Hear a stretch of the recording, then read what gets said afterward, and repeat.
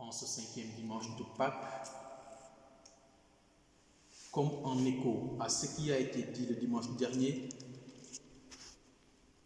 l'évangéliste Jean vient nous rappeler l'essentiel de ce que nous professons en Église.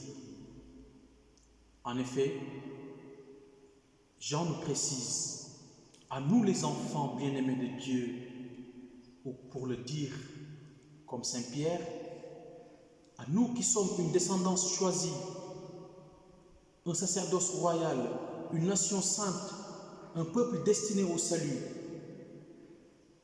que c'est par Jésus et en lui que nous sommes sauvés.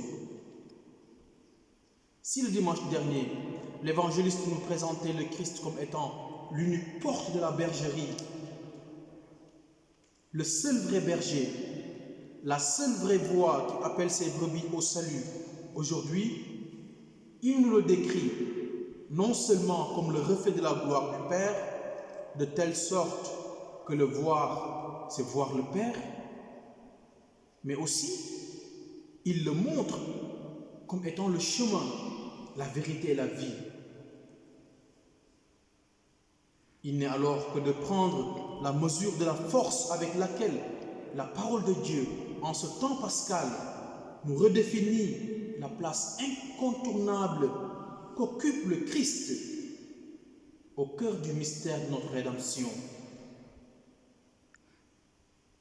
Nous le savons, depuis la célébration du Triduum pascal, le Christ s'est particulièrement révélé au monde comme celui qui prend en charge le salut du genre humain. Il convient peut-être de le rappeler au risque de faire une grosse tautologie aux yeux de certains.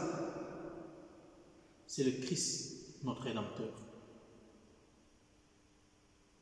En tout cas, à en croire les textes de la liturgie de ce jour, et c'est le moins que l'on puisse faire, notre credo est christocentrique. Je veux dire par là que c'est par lui, avec lui et en lui, comme nous le rappelons à chaque célébration du Saint-Sacrifice, que nous sommes sauvés. Par lui, avec lui et en lui. Sans le Christ, qui est l'unique chemin qui conduit à la pure vérité de l'authentique et éternelle vie en Dieu, il nous est impossible de goûter aux délices du ciel. C'est Jésus, je le répète, le sauveur de l'humanité, parce que tout simplement et surtout définitivement, lui seul nous montre le Père et dans l'Esprit Saint nous réconcilie en plus avec lui. Je le sais, l'on m'objectera certainement que ceux qui ne connaissent pas encore le Christ peuvent être sauvés. On dira certainement aussi que l'heure est au pluralisme religieux, à l'ouverture aux autres religions, etc. Certes, mais ne perdons jamais de vue que tout ce qui s'opère de bien, tout ce qui se réalise de beau, de vrai en ce monde, ne s'obtient comme par extension inarrêtable que par les effets bienfaisants de la grâce du ressuscité, notre Seigneur Jésus-Christ. Tel que nous le rappelait déjà Saint Justin au IIe siècle de notre ère. C'est par les semences du Verbe, c'est-à-dire Jésus-Christ, donc ces semences disséminées dans les différentes âmes que les hommes, peu importe leur origine, leur appartenance culturelle et cultuelle, peuvent accéder au salut. De même que le Christ a parlé à ses disciples et à chacun de nous dans l'Évangile, sans embâge, sans langue de bois, ayons-nous aussi de même l'audace et la sincérité de le reconnaître comme l'unique sauveur et rédempteur du monde. Ne nous laissons donc pas distraire par toutes les formes d'idéologie, de philosophie, de pensée, qui, bien que étant en mesure de nous accorder une certaine sérénité, un certain bien-être, un certain équilibre psychique et même moral, ne sauront jamais suppléer l'enseignement nouveau de l'homme-dieu.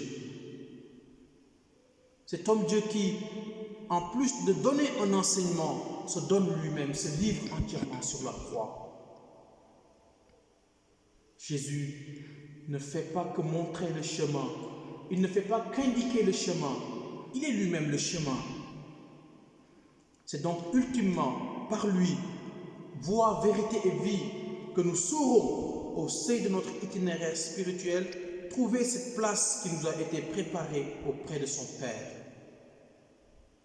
Oui, si nous voulons voir Dieu, l'invisible, l'inaccessible, contemplons la face de notre Seigneur Jésus-Christ, car lui seul, parce qu'issu du Père, est fait l'un de nous par l'Esprit Saint en Marie, est en mesure de révéler le visage de Dieu.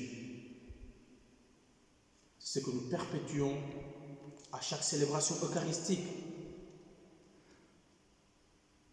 C'est le Christ qui se donne à voir. C'est Dieu qui se donne à voir dans les espèces du pain et du vin consacrés. C'est donc au cœur de la Sainte Trinité et par elle, cette Trinité Sainte, que se trouve le salut de tout homme. Comme le disait si bien saint Irénée de Lyon, l'Esprit prépare d'avance l'homme pour le Fils de Dieu. Le Fils de Dieu le conduit au Père et le Père lui donne une nature impérissable et la vie éternelle qui résulte de cette vue de Dieu. Car ceux qui voient la lumière sont dans la lumière et ceux-ci participent à sa splendeur. Prions.